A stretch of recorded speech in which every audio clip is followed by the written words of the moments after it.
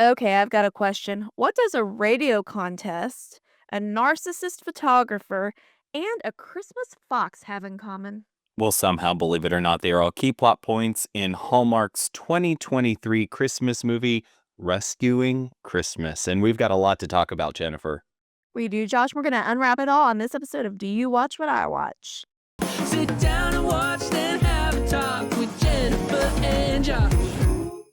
All right, it's Christmas in July. We're still rocking and rolling. We're continuing to recap and review Hallmark Christmas movies that were voted on by you, our dear listeners. And then we're going to let you know at the end if it's worth your time or not. So far, the Christmas in July movies have been pretty good. We'll see if we can continue our streak. Pretty good indeed. And here is the plot summary direct from IMDb. Listen, guys, it's a shorty, right? So if you're expecting a big, in-depth plot synopsis, this ain't it. Here we go. It follows an anti-Christmas photographer as she wishes Christmas would disappear. That's all we get. Let's go.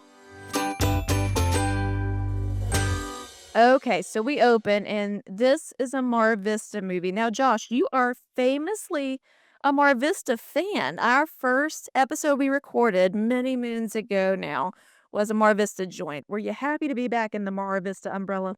Don't think I didn't have a moment when I saw that Mar Vista slate at the very beginning of this. It was just like coming home. It's coming home to familiar content. It just felt like I was right in my sweet spot. Well, fantastic. So we get a swooping shot of the North Pole, CGI North Pole.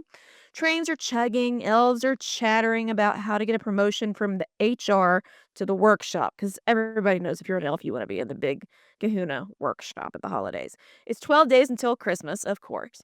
Turns out there are a lot of grumps in the world, but the elves have a solution. Operation Wish. One human, 3 Christmas wishes to bring back the joy of Christmas. So they're going to choose somebody at random and they present it to their boss lady and she thinks it's a great idea. So it's a boop, boop, boop, boop, boop, boop, boop, boop, and it shows up on Rachel Leigh Cook, our leading lady. Have you watched any of the Rachel Leigh Cook Hallmark movies before? I haven't. This has been a first Never experience with any. her. I don't think we've done any. I, No.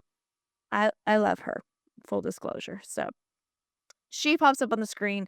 Turns out she's an aunt with her niece driving along in the car, and she's a bit of a Scrooge.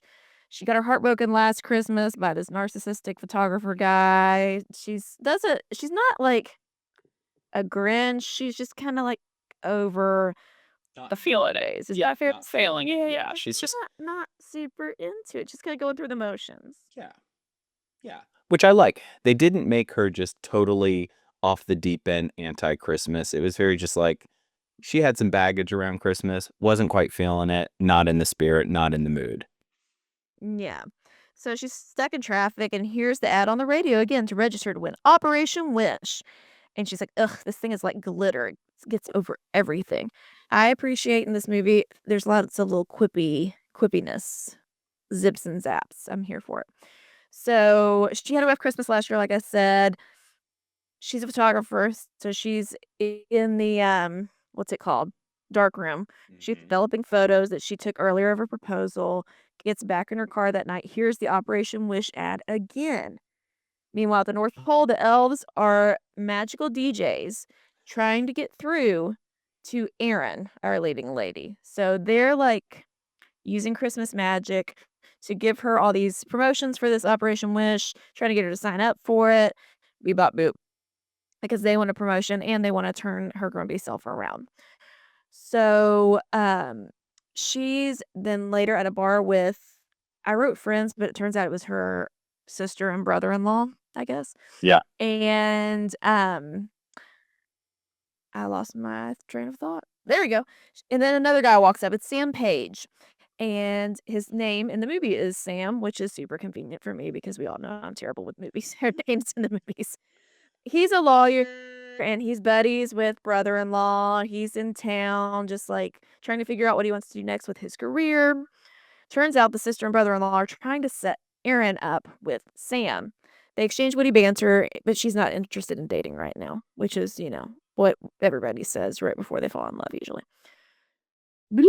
she gets an email that she has won Operation Wish, and she deletes it because she never signed up for Operation Wish. How can you win something you've never signed up for? The next time she sees Sam, the next day, she's going to help him by developing some old family photos. He has an old thing of film, and he's like, hey, can you help me out? But I'm not trying to date you. I know where you stand. Beep, bop, boop.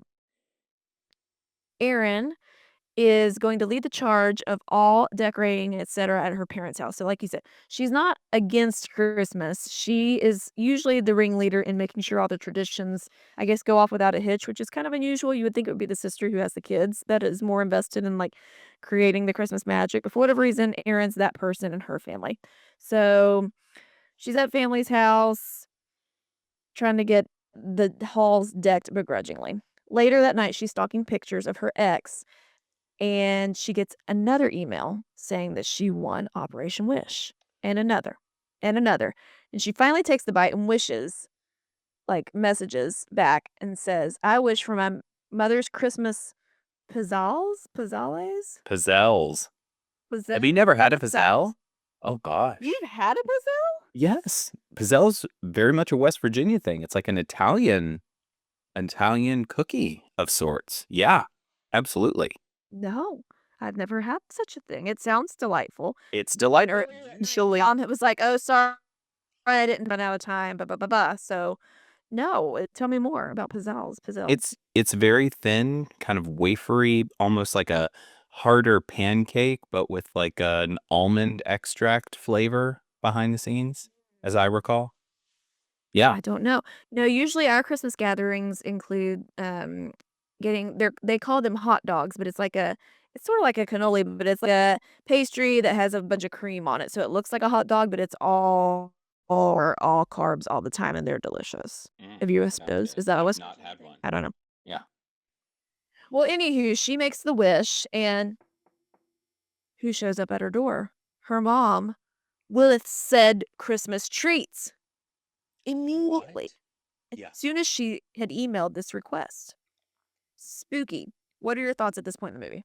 I'm liking it, right? I think that it's an interesting concept. I think that she really does a good job of kind of doing this thing of we've all kind of been there, right? Where we're not fully feeling the Christmas season, but we're still going through the motions. And so I think that's really a smart way to play this to get us to like her. And I did. I liked her from go.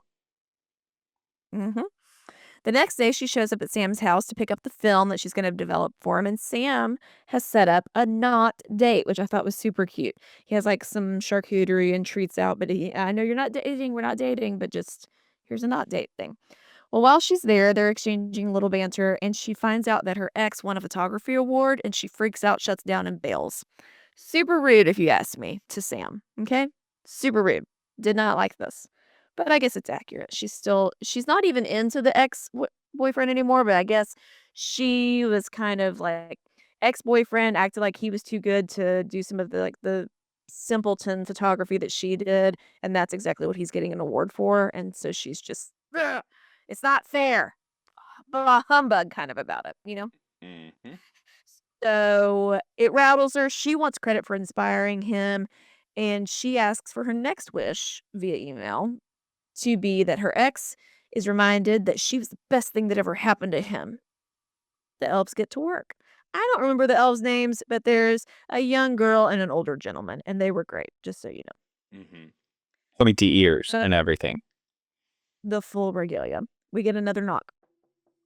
And it's a very desperate ex-boyfriend in a leather jacket that was so loud you could hear the crinkling on like audibly on the film, and I did not enjoy that part. Mm-mm. Did not. No. No. Okay. No. So she lets him come in to talk. Cut to the next day. They're hanging out and he's talking nonstop about himself because sister and brother-in-law had said this dude was a narcissist. It's like, why were you ever with him? I did think it was funny. They said, oh, we stayed up all night talking. So it's not like anything, on Hallmark happens. They were just talking, aka he was talking. Then you can tell she's getting annoyed, like he's not listening to her. He's just talking about himself, and then he eats all of her cookies, Mm-mm. and she kicks him out right there. She then gets into a fight with a Christmas banner on her way to the tree lighting ceremony. Everything is just in the way, and did some comedic timing there, and declares, I'm not going anymore. I'm not going to tree lighting. She goes home and emails the contest for her last wish. She wishes that Christmas would disappear. Mm. The elves had not predicted this kind of wish, and they freak out. Red lights, alarms are going off at the North Pole. They yell, "Don't panic!" But I will say the Hallmark Plus captions interpret it as D-word it. Like, dang it. Like, dang it. Dang it. I was like, surely that's not what they said. And I rewound it and they said, don't panic. But Hallmark might want to fix that. Family friendly. Here. Yeah. Okay. The North Pole Council arrives, who sounded and kind of looked like the lady that was in charge at headquarters on the old show Carmen Sandiego. I For thought the that- same but thing. It was the chief. It was the chief from Carmen Sandiego. It sounded just like the chief, but it's not, because I looked her up on IMDb and it was not her. Not her. Uncanny resemblance. I thought the exact same thing. Clearly Lynn was Thigpen. sponsored. Her name was Yeah. Lynn Thigpen. And that is one piece of just random trivia from my 90s youth that just is stuck there in my mind. Lynn Thigpen is the chief. Don't you wonder, like, if we could get rid of some of that 90s nostalgia in our heads, we could, really maybe cure cancer or something. We can make room for some other useful stuff. I mean, my goodness. The things of that stuck. For the Wild and Crazy Kids show the other day, and I was like, oh yeah, they were great. Like all those 3 characters. Yeah. Anyways, sorry for non-millennial early 90s people. Okay. So the council shows up. That's what we're calling her. And she shows up at the North Pole and says that all they can do is ask for Christmas to come back. No, Erin has to ask for Christmas to come back and mean it with all her heart. And the elves cannot use magic to persuade her. The stakes could not be higher. If this holiday passes without reversal of her wish, the holiday will be erased forever. Forever. Forever. Not on my watch. Mm-mm-mm. Mm. Erin wakes up and walks out, and all of the decorations are gone from the town. Streets are bare. She talks to her mom. Mom is clueless, has never heard of this term Christmas. This is where it gets really funny to me because it is such a unique take that they've never heard of such a thing, right? The kids don't know what Santa means, her niece and nephew. She goes to Sam's house, and so that, like, Sam knows he gave her film. Like, all that was right. It's just the Christmas element is just plucked out of it. So Sam and the brother-in-law, since they're lawyers, they get out a chalkboard and she's trying to draw out it was almost like a murder board, but it was like Santa and ho ho ho and like terminology and food and stuff, which I thought was really funny to try to like spark their memory, and they are coming up blank. And they're like, great, we'll just look it up. Everything's online. They go to like Bobo Google, teek, teek, teek, the search engine, no results. Nada. Nothing. It reminded me, I was trying to find an old paint color the other day, and I looked it up, and out of all of the internet, there was one website that referenced this old Sherwin-Williams paint color. One. Because they stopped making it, like, 15 years ago. But it was coming up in my day-to-day ether for reasons I won't get into. But I was like, how in the year of our Lord 2025, one website lists this paint color? Crazy. Anywho. Neither here nor there. So she goes back to her her parents' house, and builds a tree out of toilet paper and decorates it and tries to educate the kids on Christmas. Sister gets kind of miffed, because she's like, hey, you're putting all these crazy ideas in their head and they can just ask for anything for Christmas. That's not how things work. What are you doing to me? Erin then is like, you know what? I'm going to go to the radio station that ran this contest. She busts in there and asks them to reverse the wish. This intern that's running the night shift thinks she's insane in the membrane. They end up throwing her in jail because she wouldn't leave without them reversing the wish. And her friend, not boyfriend, Sam, who's a lawyer, has to bust her out of jail. Weird plot twist. Weird plot twist. Kind of came out of left field. A little wacky, but I get what they're trying to do here. Yeah. We actually are able to Be put like, people on a psych hold, maybe not throw them into jail, but maybe we take her for a psychological evaluation. Could have done that route. Could have done that. Just mm, an option. Yeah. mm. All right, the elves and Santa show up in on Earthside in Bobo Bass Pro Shop. And they're looking for something to dress up incognito. And they're trying to find Erin, and they don't know where she is. That was a little weird to me, but cut to Erin. She's developing Sam's childhood photos. They're kind of reminiscing, and he's like, I wish I could remember. It sounds awesome what you're talking about with my family. Well, he came from a divorced home or something like that. And he's like, we probably didn't have holidays that warm and fuzzy. What do you know? In the dark room, a photo develops, and it's a picture of young Sam in front of a Christmas tree back in the day Here we go. with this Christmas she has been talking about. Here we go. Here we go. And he's like, I don't understand it, but I kind of believe you now. What are we going to do about this?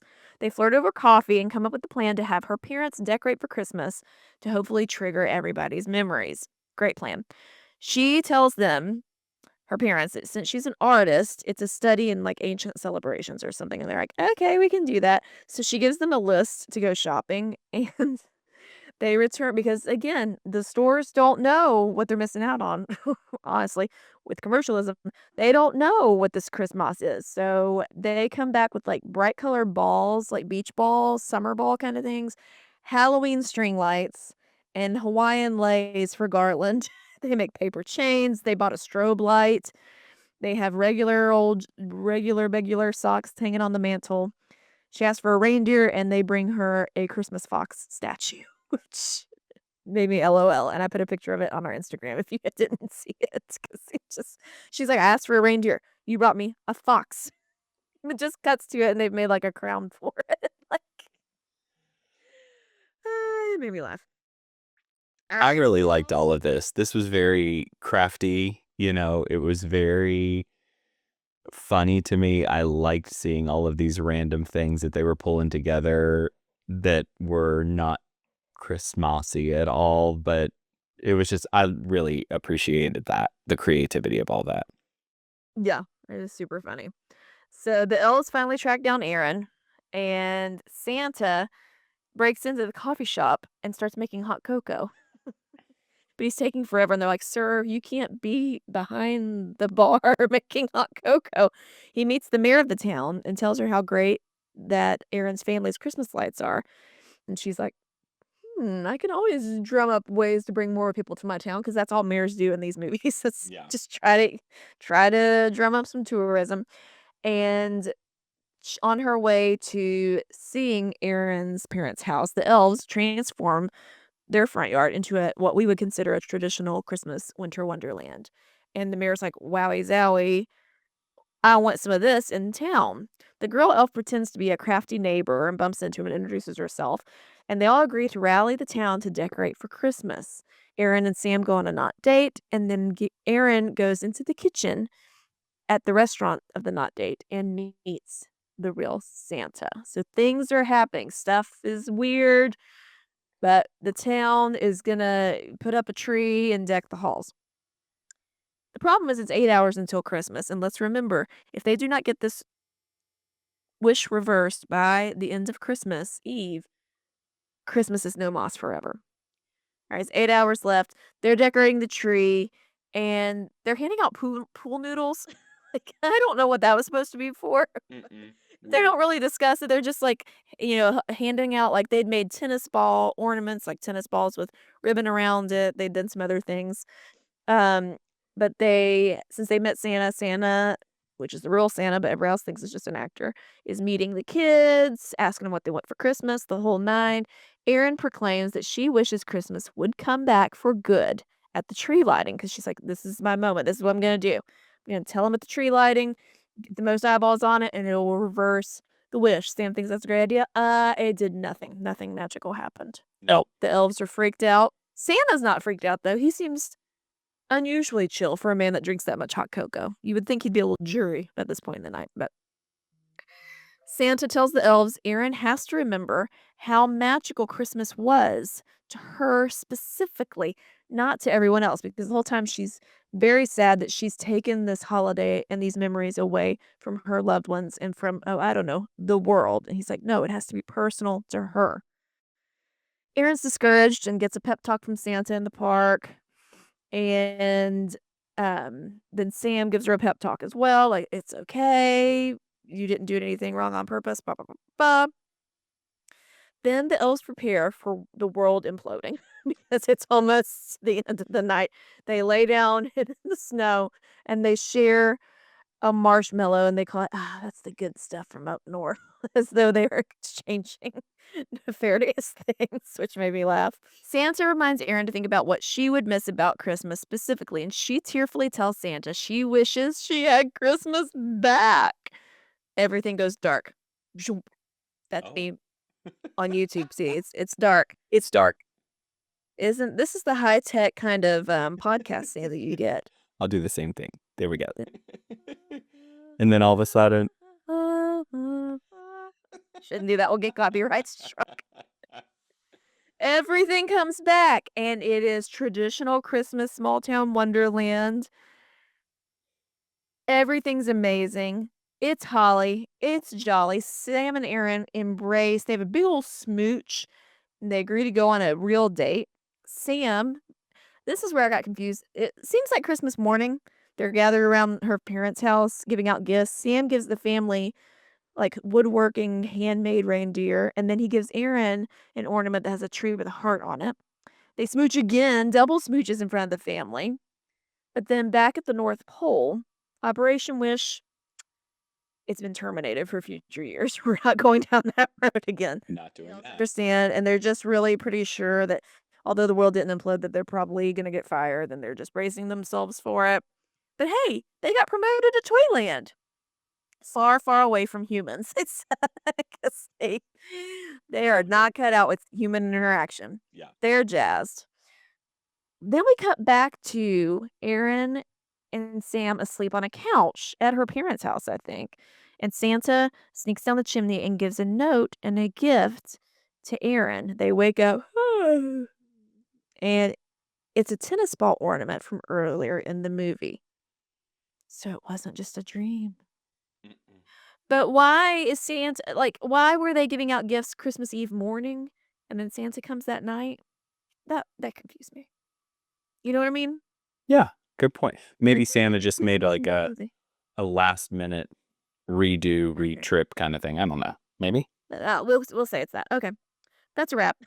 It's time for gold or coal. Okay, so it's time for our gold or coal segment where we're going to give some gifts here. If there's more gold in the total, meaning there are more things that we like, we're going to call it a wish granted. If there's more coal, we're going to call it an empty plate of cookie crumbs. And if it's a tie, just 3-3, we're going to call it a Merry Christmas. And to remind you, it's Christmas in July.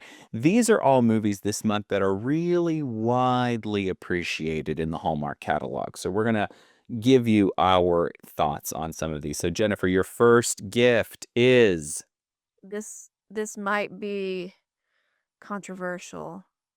But I'm gonna give gold. I think this movie's so funny and quippy, and we know I'm a funny quippy person, or I enjoy that. I'm not. I enjoy the funny quips. So I liked that it didn't take itself so seriously. I liked the magical North Pole of it all. You know, it's very similar to Where Are You Christmas that we talked about and reviewed. Did I I say need one you of to the know things? right there on my notes. That was something I Oh, was okay. going to mention. Well, we'll discuss it more on the next point. Go ahead. Next. I was just going to say, I think the script on this is so great. I think that they took that same kind of concept, which is weird because Where Are You Christmas was also a 2023. So this came out in the same season. So you had two of these people wishing Christmas away in totally different ways. This worked for me so much better than Where Are You Christmas, where everything turned black and white and they had to turn things back to color. This one I just thought was really endearing and really fun and funny. The soundtrack, by the way, on this is great because instead of having Christmas music throughout, they actually used regular music. So we heard Celebrate Good Times, Come On, all of that kind of stuff. So it was just like, Because they didn't have Christmas music, so when you're That- during the tree, they played. Yeah. which I just thought was a really funny kind of twist. So I really, start to finish, I thought this was a fun watch. Yeah. Well, and it's interesting because when this movie premiered, it only aired on it wasn't even Hallmark Plus, but whatever the previous version of Hallmark's streaming service was. So I did not see it the first year because I did not have that streaming service. Alex saw it last year because I love her. I love her movies. And I was like, let me give it a go. I had not heard that much about it. I will still say it is underrated and under talked about. Thank you. So the people who have seen it love it and hold it in high regard, which is why we're covering it. But I don't know that that many eyeballs have seen it, which is tragic. Hallmark proper did air it a little bit last season, I think, so hopefully they continue to because, well, I'm getting ahead of myself. Next gift, I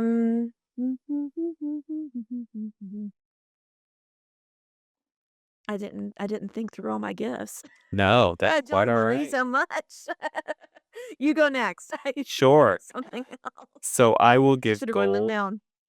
I really thought Rachel Lee Cook was really smart casting choice for this particular role because I think she does this transformation from being kind of over the Christmas season to actually kind of finding the heart of it all really, really well. It's not cheesy, it's not saccharine, it feels very honest, and I think she did a great, great job with the material here. So gold.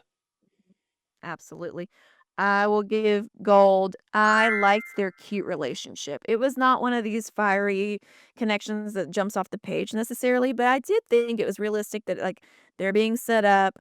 It's definitely a friend vibe in the beginning, but they could develop into more. I think that was really well done. So gold for that. I'll agree. Yeah. I did kind of wonder though if that relationship, the age gap felt a little wide for me. He felt a little older than she played. So I don't know. I But think that still, was a really good skincare routine. I'm jealous. Exactly. Maybe she uses some of that snail serum they were talking about. I Yeah. don't know. Yeah. I'm gonna give gold. I liked the elves in this. I thought that they were clever and smart, and I like that they sort of had to figure it out. They didn't know everything to do perfectly and had to sort of trial and error, and they had some physical comedy, and I thought that they just added a really fun element. And I liked them juxtaposed to the boss lady who was tough and rough, and the chief, Lynn Thigpen, you know? My last gift, I'm gonna give gold for Santa. He is not your typical what you think of portrayal as Santa. He was more subdued. He was a little more quiet. He was not shaking like a bowl full of jelly or anything, but he still came off very wise. Like at first, I was like, "Is Santa just high?" Like he just didn't really seem like super into anything, but he was very knowledgeable. You kind of looking back now, get this feeling that he knew this was all, how this was all going to shake out, anyways. So I thought that was super cute. So at the end of the day, the final score on this, we had 6 pieces of gold. We really, really like this movie, and it is a wish granted. So I gotta know, Jennifer, do you think that the reason this only aired on the streaming thing and wasn't in the main Hallmark lineup is because this was a Mar Vista and this wasn't produced per se by Hallmark? Is that a possibility here that they bought this film as I filler? guess it was that, and that it happened to be the same year as Where Are You Christmas? Yeah. Yes, Yeah. who knows? But because there is a lot that's similar, and this movie has the bits that I liked about Where Are You Christmas. I mean, we kind of pooped all over that movie, but I liked the idea of it. I liked even the black and white cinematography, but like the heart wasn't really there in that one for me as much as it was for this one, and the humor definitely wasn't. Where Are You Christmas took itself way too seriously, in Yeah. my opinion. I Felt think the term. Whereas this is lighter and yes, the world will implode and Christmas will be gone forever, but it was so zany and silly that you knew it was all gonna work out. Obviously, Yeah. a Hallmark movie. But I think this is like good for all ages. You know, sometimes my son, he's 7, he'll like come in if I'm watching one of these movies and he's like Holiday Hotline. He's like, I just don't understand it. I don't get it. I don't like it. This movie, people of all ages could understand and enjoy, I think. That's great. Yeah. I think you're right. This would be great for a family movie night, you know, any time of the year, Christmas in July, if you want to do it, especially around the holiday season, wrapping presents, the whole 9 yards. I think it's definitely one I would go back and rewatch because I think that there are really quippy lines and really funny things throughout that I missed the first time through that I would pick up on all over again. So what did you think about this one if you've seen it? Would you be sure to leave us a comment, share your thoughts? Let's talk about just how much we like this movie. And hey, if you didn't like it, that's fine. We still want to hear from you. We can dialogue. You can find links to everything about our podcast on our website at doyouwatchwhatiwatch.com. And that, dear friends, is another episode of Do You Watch What I Watch? Hey, if you like this episode, be sure to bop that like button and subscribe on our YouTube channel. That's right. And tell a friend. We're trying to spread the Christmas cheer early this year. So Come on. the news is hard for anybody. Come on over to the dark side and watch some Christmas movies in July. Special thanks as always to Nick Shores for our theme song. Thank you for listening and watching. It really does mean so much to us. So thank you. We really appreciate it. Hey, next time we're going to wrap up our Christmas in July series with a movie from 2020. Paul Campbell, Kimberly Sustet, two actors we absolutely love here on this podcast, and they starred in Christmas by Starlight. Here is the plot summary. When her family's beloved cafe is slated for demolition, Annie vows to put a stop to it before Christmas. Fan favorite here. We're going to let you know if we agree with that consensus. Either way, we're going to have much to discuss. But until then, hold on. You got to plug what you did a couple days ago. oh, yes. By the way, we'll put a link in the comments here on YouTube, but I happen to appear on the Christmas Aficionado podcast to discuss some of my picks for the top 100 Christmas movies of all time. So check the link in our comments here and give a listen to that. It was so much fun to be with those folks. It was fun. And Josh, funny enough, I was like, oh, they've already gone live. Let me pull it up on my little phony. And as soon as I pull it up, I am being discussed, not present, because you said that you think I like Snow Bride more than it should be liked. And that, dear friends, is another episode of Do You Watch What I Watch? We'll talk about You that. liked that movie too. You liked I the did movie like too, that and movie. receipts. He had this knack. Joe, dear friend Joe, had this knack for putting us all on the spot with these questions I was not prepared to answer, so I just had to grasp. But you threw me under the Christmas bus, is what you did, or under her. You threw me under Katrina Law's Volvo with a bridal gown in the back of it, and I was like, why are they talking about me? Me. Anyways, thanks for being here, and may your days be merry and bright. We'll see you next time. If this podcast continues. Okay.